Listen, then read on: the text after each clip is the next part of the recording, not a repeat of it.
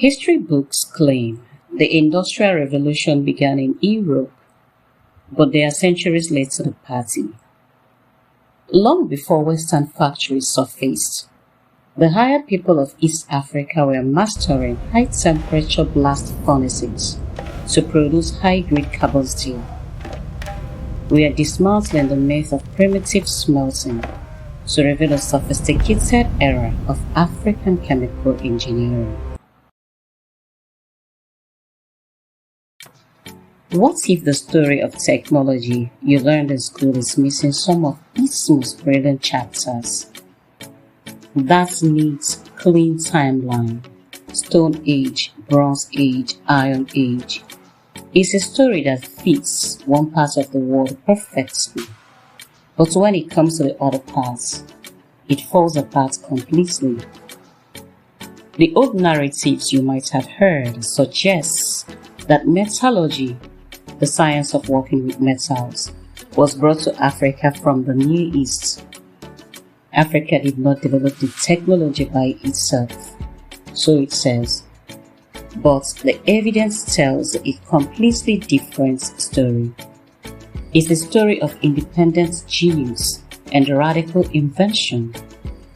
Deep in the hearts of the so-called Dark Continent, ancient Africans weren't just learning to work metal. They were mastering it. They were forging the future on their own terms, inventing sophisticated technologies that in some cases involved principles Europe wouldn't see for centuries. This is not just a forgotten chapter of history. It's proof of a technological revolution that was started in Africa by Africans. For a long time, the history of technology was seen through a lens called diffusionism. The basic idea was that something, let's say metal, was invented in one part of the world, say the Near East or the Mediterranean, and then spreads or diffuses from there to other parts of the world. In this version of history, Africa was a passive recipient. A common suggestion was that the knowledge of ironworking was brought to North Africa by groups like the Phoenicians and then slowly made its way south. This narrative presented a clear but eventually flawed timeline. It suggested that sub-Saharan Africa did not experience a Bronze Age and entered the Iron Age late with help from elsewhere. For decades, this was the chief view in Western education. But this view became problematic as archaeologists began to uncover more of Africa's past. The evidence simply refused to match the already established narrative. Radiocarbon dating started returning dates that were way too early. Furnaces were found in places they shouldn't have been. The old diffusionist theory began to fall apart under the weight of hard science. The staggering evidence uncovered proves the story of African metallurgy wasn't one of reception, but one of invention. In other words, Africans didn't receive the knowledge of metalworking from anyone. They invented it on their own. The story of African metallurgy doesn't start with the thunder of an iron forge, but with the delicate glow of copper. Long before iron became widespread, communities across the continent were experimenting with copper. In places like southern Egypt, people were using native copper for small items as far back as the 4th and 5th millennia BCE. This was a vital first step, but the real surprise was happening further away, in places too far for the pharaohs to influence. In the Air Mountains of modern-day Niger, archaeologists found strong evidence of an independent copper boom. Between 3000 and 2500 BCE, people here developed the technology to smelt copper from its ore. This doesn't seem to be a technology imported from elsewhere. Scholars are confident it was a local invention, born from experimentation, because the earliest techniques were unique to the region. They weren't just hammering raw copper nuggets. They were building furnaces and mastering the chemistry of heat and rock to extract pure metal. This was a quiet revolution. Early copper was mainly for ornaments and small tools, not giant weapons, but its importance is huge. It proves that from a very early age, African societies were centers of metallurgical innovation. Ancient Africans didn't just sit on their behinds, waiting for knowledge to arrive from across the deserts. They were creating it themselves, laying the scientific groundwork for the age that would come next. If the copper discoveries were a spark, the arrival of iron was an explosion that will reshape the continent. And this is where the old timeline really gets challenged. A huge body of evidence now shows that sub-Saharan Africa was home to a separate and independent invention of iron metallurgy. Let's start with a civilization you may have heard of, the Nok culture of central Nigeria. Flourishing from around 900 BCE, the Nok are famous for their stunning terracotta sculptures, but they were also masters of iron. At a site called Saruga, archaeologists unearthed at least 13 iron smelting furnaces. Carbon dating places them as far back as the 7th century BCE. What's remarkable is that the Nok appear to have moved into the Iron Age without a widespread local Bronze Age, challenging the neat European sequence of developments. But the story even gets older.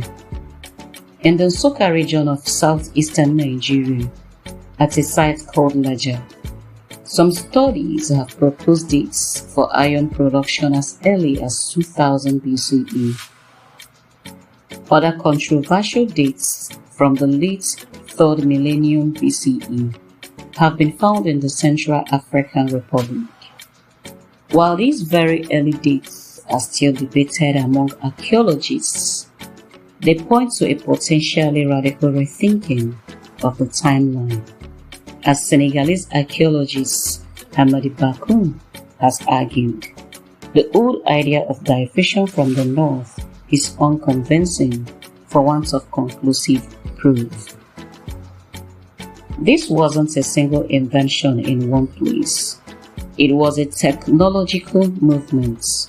Strong evidence for early and likely independent ironworking now exists in West Africa, Central Africa, and the Great Lakes region of East Africa. Instead of one cradle of civilization, Africa had multiple centers of metallurgical genius. To appreciate the technological genius of these African inventors, you must first understand how difficult it is to extract iron from its ore. Making iron isn't simple. You can't just melt it out of a rock like you can with copper. It requires a complex chemical reaction in a furnace hot enough to separate the usable iron called blue from the waste rock called slag. The fact that this process was mastered across Africa is a testament to incredible scientific creativity. The furnaces themselves were often marvels of engineering. In many regions, African iron workers developed the natural draft furnace. This was a tall, chimney-like structure that used natural airflow. As hot air rushed out the top, it would suck fresh air in through openings at the base, fanning the charcoal to extreme temperatures without needing huge, manually operated bellows. It was an elegant solution to a complex thermodynamic problem. And in some parts of Africa, this technology was pushed to levels that were truly astonishing. One of the most famous examples comes from the Haya people of what is now Tanzania. Following oral traditions from Haya elders, archaeologists excavated ancient industrial sites and made a stunning discovery. For centuries, the Haya had been producing high-quality carbon steel. Imagine a furnace so advanced it reached temperatures that wouldn't be seen in Europe for another millennium. Their furnaces were so efficient they could reach maximum temperatures of up to 1,800 degrees Celsius. They achieved this through a clever technique of using swamp reeds and building the furnace in a way that preheated the air before it entered the chamber. The result was a quality steel produced with a technique that was remarkably advanced for its time. This wasn't just iron, it was steel made in furnaces that utilized principles that large-scale European blast furnaces wouldn't adopt until the 19th century. This technological mastery wasn't just an academical exercise. It changed everything.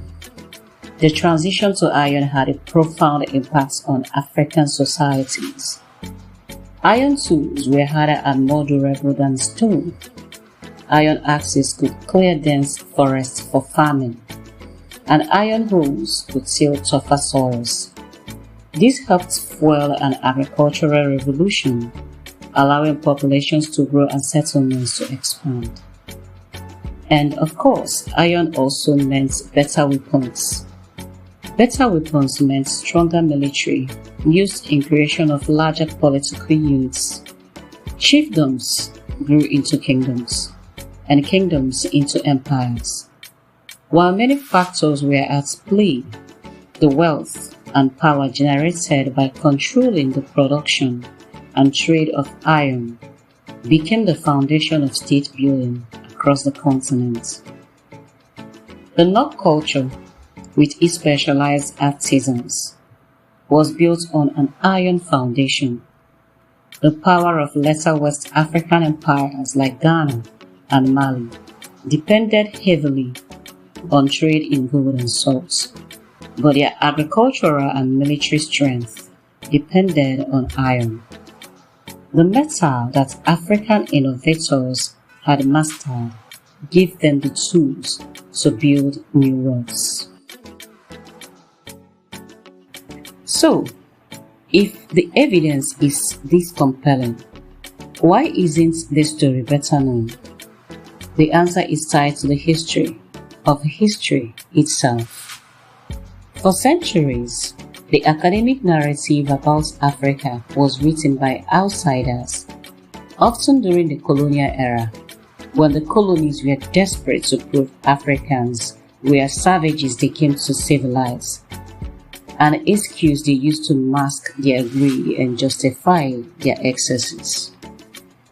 There was a pervasive, deeply ingrained bias that sometimes viewed Africa as a continent without its own history of innovation, a continent so dumb they need the white man to teach them everything, including how to breathe in oxygen. The diffusionist model wasn't just a scientific theory. For some, it was a worldview that strengthened colonial attitudes. Even as early archaeologists began discovering the furnaces at Taruga in the mid-20th century, the findings were so revolutionary, they were hard to fit into the existing framework. It took decades of painstaking work, by African and international archaeologists to build the overwhelming case for independent invention that most scholars accept today. This shift in understanding is still relatively new, and old narratives die hard. Textbooks can be slow to change, and the myth of a technologically passive Africa still persists. But today, a lot of scholars agree. The story of metallurgy in Africa is a story of it growing from the African soil. The history of metal in Africa is not a footnote in someone else's story. It's an epic in its own right. It's a story of multiple independent centers of discovery, from the copper smelters of Niger to the iron forges of Nigeria and the revolutionary steel furnaces of Tanzania. It's a testament to a legacy of scientific analysis and the innovation that shaped a continent. Ancient African metallurgists were not passive recipients. They were pioneers. They were chemists and engineers who solved complex problems and developed sophisticated processes. This history was overlooked for too long, overshadowed by outdated theories, but the evidence unearthed from the African soil speaks for itself. The furnaces are silent now, but the legacy of the genius they represent is finally being brought into the light. If you believe these are the stories that need to be told, and that this hidden history deserves to be heard, help the channel by liking this video and sharing it. And for more untold truths of world history, make sure you subscribe and ring the bell so you don't miss my next video. What piece of forgotten history do you think I should cover next? Let me know in the comments below. Thanks for watching. See you in the next one.